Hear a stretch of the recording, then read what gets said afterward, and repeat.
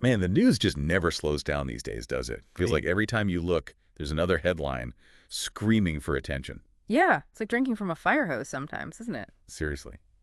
And some stories, well, they just need more than a quick scroll. You know what I mean? They need a deep dive. That's what we're here for. Absolutely. Got to go deeper. So today, we're diving into that U.S. airstrike that took out um, ISIS leader Abu Yusuf. Great. We've been digging through breaking news reports, analyses, all that good stuff. Trying to piece it together. Exactly. Yeah. And the mission here, right, is to figure out not just what went down, but like why it matters. Because this whole situation in Syria, man, it's complicated. It's a puzzle with like 1,000 pieces. At least. Yeah. Okay, so first things first, let's set the scene. December 19th, boom, U.S. airstrike in Syria, Deir ez-Zor province. Okay. Took out Abu Yusuf and another terrorist, as the reports say. Right. They're calling it a precision airstrike.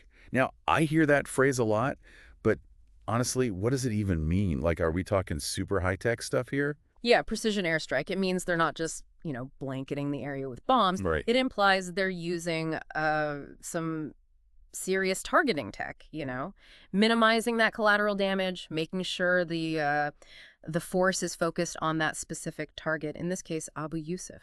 Okay, got it. So why was this guy, Abu Yusuf, why was he such a high-value target? Well, he was, a major player in ISIS, right? Deeply involved in their operation strategy, the whole 9 yards. Right. But what makes his elimination even more significant right now is the whole situation in Syria. Yeah. The collapse of Bashar al-Assad's regime, it's created this like massive power vacuum. Yeah, and from what I was reading, that happened really fast, didn't it? Like, boom, he's gone. It did. It was a sudden, unexpected downfall. And now you have all these different factions, extremist groups included, all scrambling for control. And the U.S. is very concerned that ISIS could exploit this chaos, use it to stage a comeback. Oh, yeah, that makes a lot of sense. The location of the airstrike itself is kind of interesting, too, right? Because it was formerly controlled by the Syrian regime and the Russians. That's right. So does that tell us something about how the power dynamics in the region are shifting? It definitely suggests that things are changing. You have the U.S. asserting its presence, going after ISIS in a place that used to be, like, firmly in the other camp. Wow. So the big question is, how does the U.S. plan to keep a lid on ISIS now? I saw that CENTCOM Commander General Michael Kurilla, he basically vowed to prevent an ISIS resurgence. Right. But what does that even look like, on the ground? It shows they're committed to keeping things stable in the region, not letting ISIS regain a foothold. Right. But it's a lot easier said than done because you've got all these players, right? Hayat Tahrir al-Sham, the Syrian National Army, what's left of Assad's forces, they're all fighting for dominance. So this airstrike, it's a message like, hey, we're willing to use force. Right. But it also brings up questions about the long-term strategy here. Definitely. It's a mess, man. A real mess. I know the reports mentioned those other groups you just listed, but honestly, I'm still a bit fuzzy on what their deal is. Like, what are their roles in all this? Can you break that down a bit? Sure. So Hayat Tahrir al-Sham, they're an Islamist rebel group. And their history is, well, complicated. Right. They've fought both against and alongside other rebel groups, even some backed by the U.S. So their goals, their alliances, they're always changing. They're kind of a wild card in all of this. Gotcha. And then you have the Syrian National Army. They're a loose coalition of rebel groups, some supported by Turkey. Their main goal is to oust Assad.